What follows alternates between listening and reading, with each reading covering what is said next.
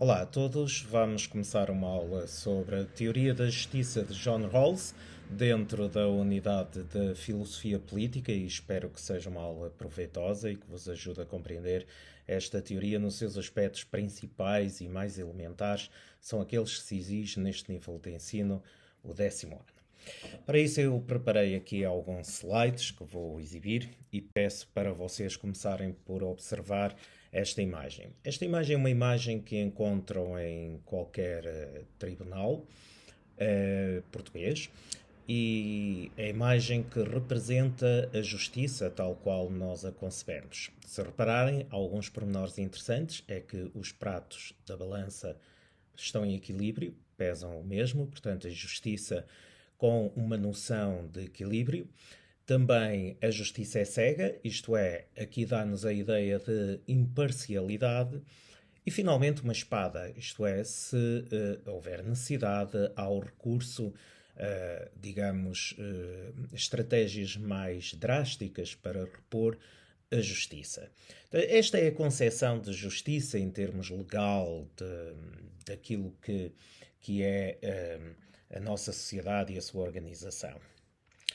Contudo, o problema que aqui nos traz é um problema mais abstrato e filosófico, que é saber que há riqueza no mundo e nós queremos saber se essa riqueza há critérios mais objetivos que nos digam qual é a melhor maneira de distribuir essa riqueza.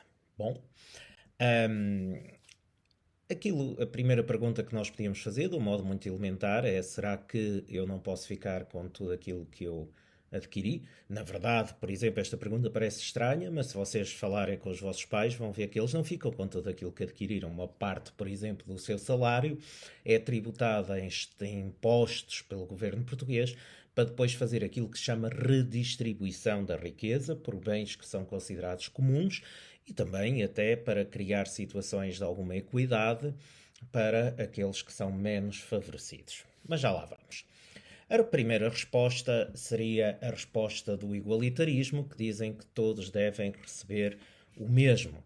Com efeito, nós podemos aqui estabelecer já uma crítica que é a ignora a ideia de proporção.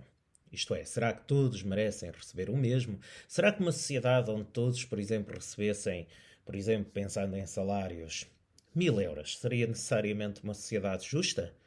Bom, a resposta 2 seria dada, por exemplo, como a justiça, como a igualdade de oportunidades, como a igualdade política, a igualdade económica. Claro que isto também não está isento de críticas, porque o problema é que há sempre pessoas que partem em vantagem. Vantagem biológica, por exemplo, um desportista tem alguma vantagem biológica relativamente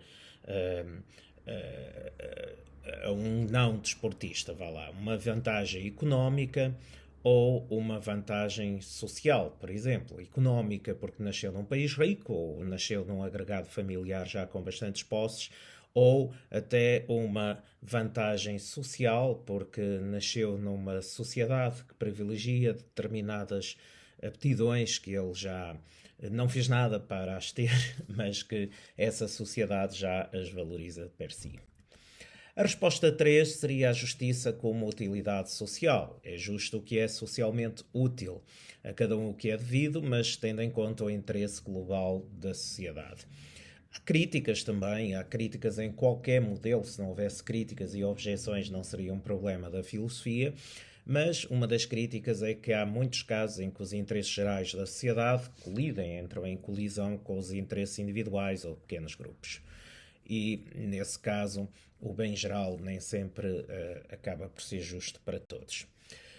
E, finalmente, temos uma outra resposta. Há mais respostas, eu elenquei aqui algumas que nos podem ajudar a compreender o problema, que é a justiça como equidade social, com o nosso filósofo John Rawls, que é um filósofo do século XX da Universidade de Harvard. Aliás, todos os três filósofos que vamos aqui falar, John Rawls, com a teoria da justiça e as críticas de Robert Nozick ao princípio da diferença e também a crítica de Michael Sandel à concepção de liberdade individual que John Rawls desenvolve na sua teoria da justiça, são todos eles filósofos que nascem e formados, digo, na mesma instituição, Harvard, uma instituição onde, de certo modo, para lá se estar, também se gozam de alguns privilégios, como o próprio Michael Sandel, que é um filósofo vivo, às vezes diz nas suas entrevistas.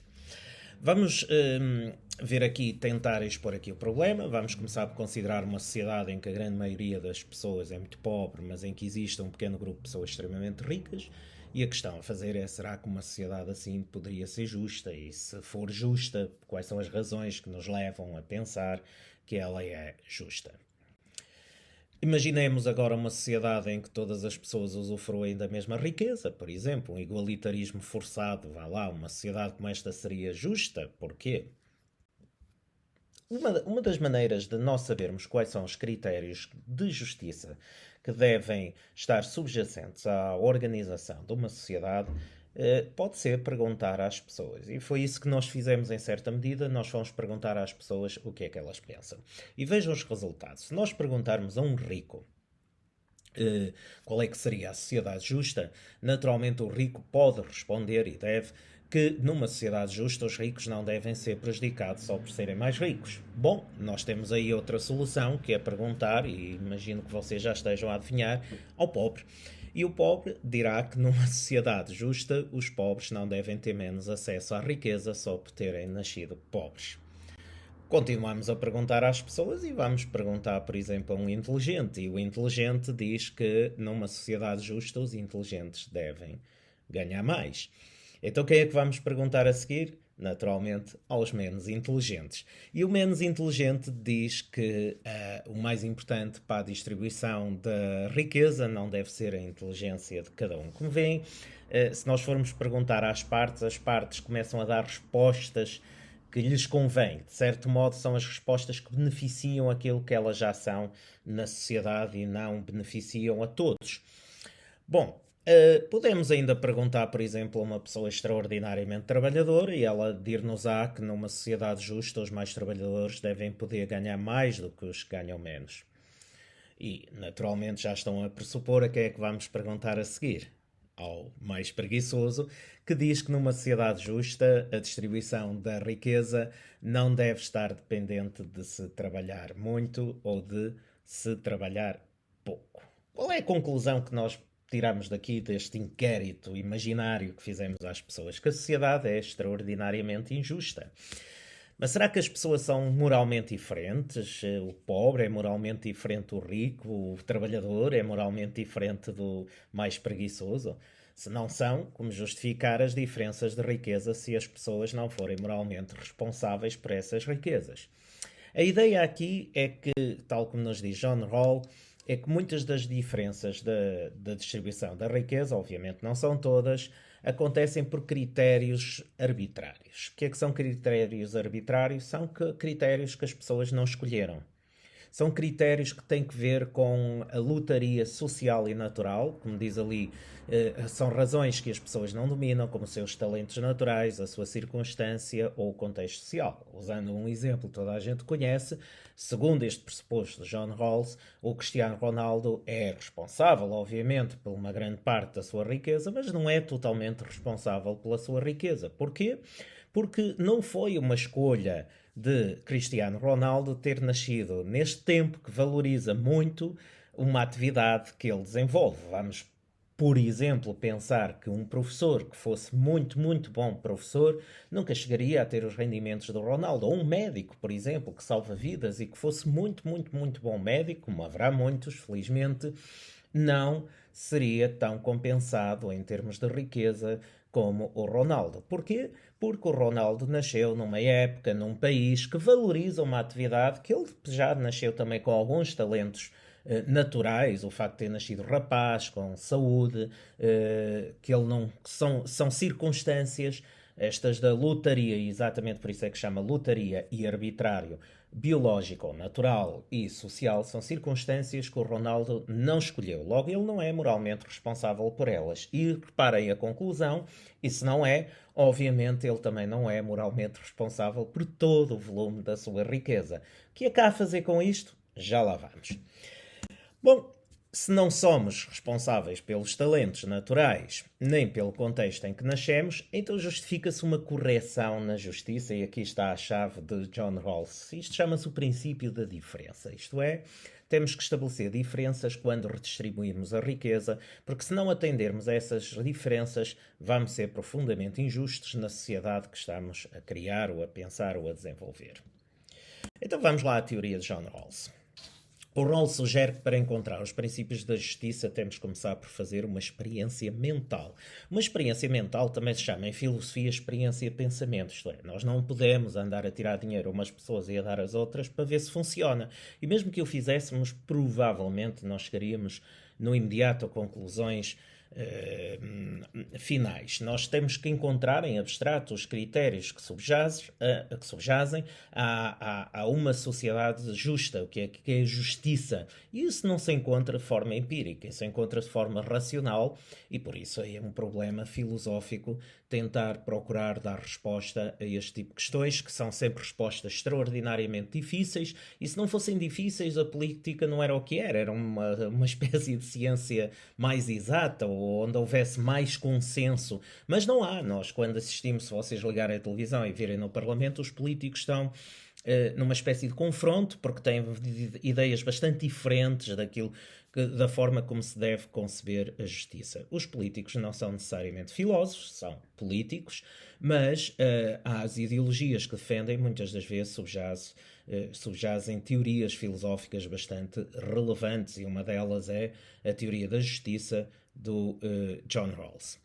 Bom, a experiência mental consiste em imaginar uma situação em que os membros de uma sociedade sejam levados a avaliar princípios da justiça sem se favorecerem devidamente a si próprios pelo facto de serem ricos, pobres, mais trabalhadores ou menos trabalhadores, talentosos ou poderosos. E como é que nós vamos fazer isso? John Rawls fala que essa posição, onde nós não sabemos aquilo que vamos ser na sociedade, é a posição original. E como é que eu lá chego à posição original? Eu chego fazendo aquilo que vocês veem ali naquele slide, que é fazendo uma espécie de véu da ignorância, em que eu tapo os olhos e não sei quem é que eu vou ser na sociedade. Imaginando-me nessa posição, em que eu não sei se vou ser o rico ou o pobre, o inteligente ou o menos inteligente, quais seriam os critérios que eu então acharia justos para haver justiça social. Bom, aquilo que caracteriza, cá está, na posição original, que caracteriza as pessoas, é o facto de estarem sobre o tal véu da ignorância. Bom, sofreram uma espécie de amnésia. A amnésia é um esquecimento completo que as faz desconhecer quem são na sociedade e quais são as suas peculiaridades individuais. São, lá está, ricas ou pobres, talentosas ou menos talentosas, preguiçosas ou trabalhadoras. Por isso são forçadas, pensa Rawls, nesta posição original, a avaliar os princípios da justiça com imparcialidade. E isto é fundamental porque não estamos a avaliar aquilo que é justo a partir da nossa própria condição social. Estamos a avaliar aquilo que é justo a partir daquilo que é uma situação em abstrato e que torna vê as pessoas exatamente sem favorecer uma parte ou um grupo determinado ou específico de pessoas. Pronto. Quais são então os princípios da justiça que John Rawls escolheria nessa posição original? E nessa posição, os membros da sociedade, estando todos sob o mesmo véu de ignorância, ficam numa situação equitativa, daí que Rawls não esteja a propor a teoria da justiça como equidade. E vejam bem quais são os princípios, são 3. E são substancialmente não são intermutáveis, principalmente, isto é, não se pode trocar a ordem, principalmente o primeiro princípio, que é o princípio da liberdade. Portanto, para Rawls, todo e qualquer indivíduo deve ser livre. Livre de quê? Primeiro, a sociedade deve assegurar a máxima liberdade para cada pessoa, compatível com uma liberdade igual para todos os outros. Deve ser livre de realizar os seus projetos, de ter uma vida com acesso aos bens mínimos que são considerados para que tenha bem-estar social, económico também, que estão relacionados. Portanto, esse princípio, a liberdade de se organizar num determinado grupo, numa sociedade de pertença, Portanto, esta liberdade para Rawls é fundamental. Mas ela não se concretiza em ponto sobre ponto a outras todas. Precisa de alguns princípios que estejam por detrás a assegurar esta liberdade ao cidadão. O cidadão, segundo Rawls, não será livre se, por exemplo, estiver numa condição social desfavorável ou numa condição biológica desfavorável. Os cidadãos não são livres por nascer igualmente livres, nascendo um numa sociedade rica e outro numa sociedade pobre, porque aquele que nasce numa sociedade pobre não tem a mesma capacidade de autorrealização como aquele que nasce numa sociedade rica, sei lá, não pode sonhar em ser médico, por exemplo, em ser professor ou em ser filósofo. Bom, por isso, para assegurar essa liberdade, John Rawls fala-nos em outros dois princípios, e o primeiro dos quais é fundamental, que é o princípio da diferença. Isto é, a sociedade deve promover a distribuição igual da riqueza, excepto de se a existência de desigualdades económicas e sociais gerar um maior benefício para os menos favorecidos. Isto é, nós, partindo do pressuposto que não nascemos todos com o mesmo contexto social, nem com a mesma condição biológica, natural, então justifica-se estabelecer diferenças entre as pessoas. Como?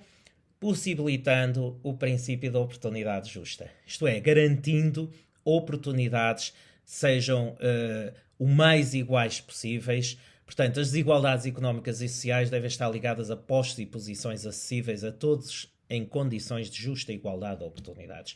Todos devem ter a oportunidade que eu tive de estudar filosofia, todos devem ter a oportunidade, se quiserem, de jogar futebol, de serem médicos, de serem advogados. Todos merecem essa oportunidade. Só com essa oportunidade é que nós alcançaremos individualmente a liberdade. Mas para isso temos que introduzir as diferenças. E como é que as vamos introduzir? De uma maneira muito simples. Redistribuindo a riqueza. Como? Por tributação de impostos. Portanto, criando mecanismos de tributação de impostos em que se retira aos mais ricos para redistribuir a todos os outros, os mais pobres.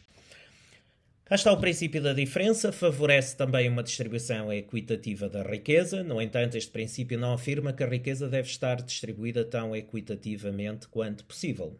Basicamente, e como vamos ver também a seguir quando falar no princípio Maximin, John Rawls não defende uma sociedade igualitária. Para John Rawls, entre duas sociedades, por exemplo, supondo uma em que 3 pessoas ganham todas, a que ganha menos ganha 1.000 euros e a que ganha mais ganha 2.000, e uma outra, uma sociedade B, em que a pessoa que ganha menos ganha 3.500 euros e a que ganha mais ganha 25.000 euros, se nós repararmos, a sociedade B tem uma desigualdade muito mais acentuada que a sociedade A. Mas John Rawls diz que era preferível a sociedade B à sociedade A. Porquê? Porque nós temos, e é isto que é o princípio Maximin, que vem já a seguir, que eu já vos explico, nós temos que pegar nos piores resultados possíveis de uma sociedade e entre os piores escolher o melhor. Portanto, John Rawls não é contra as desigualdades sociais, é contra sempre que elas não estiverem em benefício daqueles que, pela lotaria biológica e social, não partirem do mesmo ponto dos outros que tiveram acesso à riqueza. Pronto. Se as desigualdades, cá está, na distribuição da riqueza acabarem por beneficiar todos, especialmente os mais desfavorecidos, então justifica-se essas diferenças. Cá está para esclarecer um problema. Imaginemos duas sociedades, todos têm a mesma riqueza, mas todos são muito pobres. Na sociedade 2 há desigualdades na distribuição da riqueza, mas essas desigualdades acabam por beneficiar todos de tal forma que nem os mais desfavorecidos são muito pobres.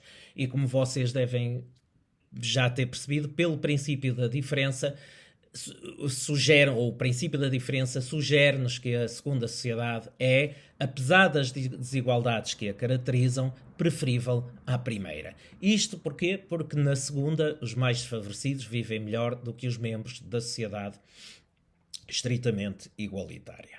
Cá está. O princípio Maximin é o tal princípio que eu vos afirmei. Portanto, por que razão pensa Rawls que na posição original as partes escolheriam os princípios da justiça por si indicados? Afinal, por que razão não escolheriam antes, por exemplo, um princípio da justiça de caráter utilitarista? E isto também é interessante, já vi uma vez uma questão de exame que referia este aspecto, porque se Rawls fosse um utilitarista, e ele não é, ele é um deontologista, se fosse utilitarista, ele admitiria que um pequeno grupo da sociedade fosse sacrificado com pobreza se isso trouxesse a felicidade para o maior número de pessoas possível na sociedade. Seria o sacrifício a pagar para que a sociedade tivesse algum equilíbrio de um modo mais geral. Mas Rawls fala em princípios individuais. Isto sugere-nos fortemente que Rawls está a defender uma espécie de teoria da justiça amplamente deontológica. Tal como Kant, há princípios que são invioláveis, e o primeiro dos quais é o da liberdade. Bom, continuando, então, cá está, porque é que Rawls se afasta do utilitarismo, porque para o utilitarismo, se uma ação maximiza a felicidade, não importa se a felicidade é distribuída de modo igual ou desigual, cá está. Desníveis entre ricos e pobres são justificadas pelo utilitarismo, desde que seja satisfeita a felicidade da maioria. Mas mesmo assim o utilitarismo pode conduzir a uma sociedade mais justa. Vamos supor que tirar aos mais ricos para distribuir aos mais pobres faz mais gente feliz. Tal está de acordo com o princípio utilitarista, que é a maximização do bem, e ao mesmo tempo garante uma sociedade mais justa. Esta passagem é interessante porque sugere-nos que, mas afinal aquilo que Rawls está a defender, afinal não é tão distante assim do utilitarismo. E cá está, então porque é que ele continua a negar o utilitarismo? Exatamente porque o utilitarismo vê a igualdade como um meio e não como um fim em si mesmo. Para o utilitarista, a igualdade é um meio para a satisfação da maioria das pessoas, e Rawls entende que a igualdade é um princípio inviolável. Para Rawls, a igualdade é o ponto de partida e não de chegada. É um princípio de toda a justiça e por isso inviolável. Mas o utilitarismo parece aceitar violar a igualdade se em causa estiver o princípio da felicidade para um maior número de pessoas. E em relação ao princípio maximin, portanto, maximizar todas as oportunidades, consiste nisto, e calcular o risco previsível para as diferentes opções. De acordo com este princípio, é sempre preferível escolher a opção mais segura, que implica o menor risco para todos. Aquilo que eu dizia há pouco, pegar nos piores resultados possíveis e entre os piores escolher o melhor. Se não, observem. Por exemplo, nós temos a opção A, a opção B e a opção C. E temos o pior resultado possível destas sociedades e o melhor resultado possível. Se nós fôssemos muito ricos, nós provavelmente iríamos dizer que a sociedade melhor seria, ou se soubéssemos que íamos ser ricos, seria a riqueza extrema. Se fôssemos, por exemplo, muito pobres, iríamos preferir, quando muito, a opção C. Mas se nós nos colocarmos na posição original, nós não sabemos quem é que vamos ser. Ora, se não soubermos quem é que vamos ser, como é que nós escolhemos ali entre as três opções qual a melhor para organizar a sociedade? O princípio máximo de John Rawls diz-nos que temos que pegar entre os piores resultados possível e escolher entre os piores o menos pior, o menos mau. E se vocês repararem, o que é melhor? É viver em pobreza extrema, pobreza acentuada ou pobreza moderada?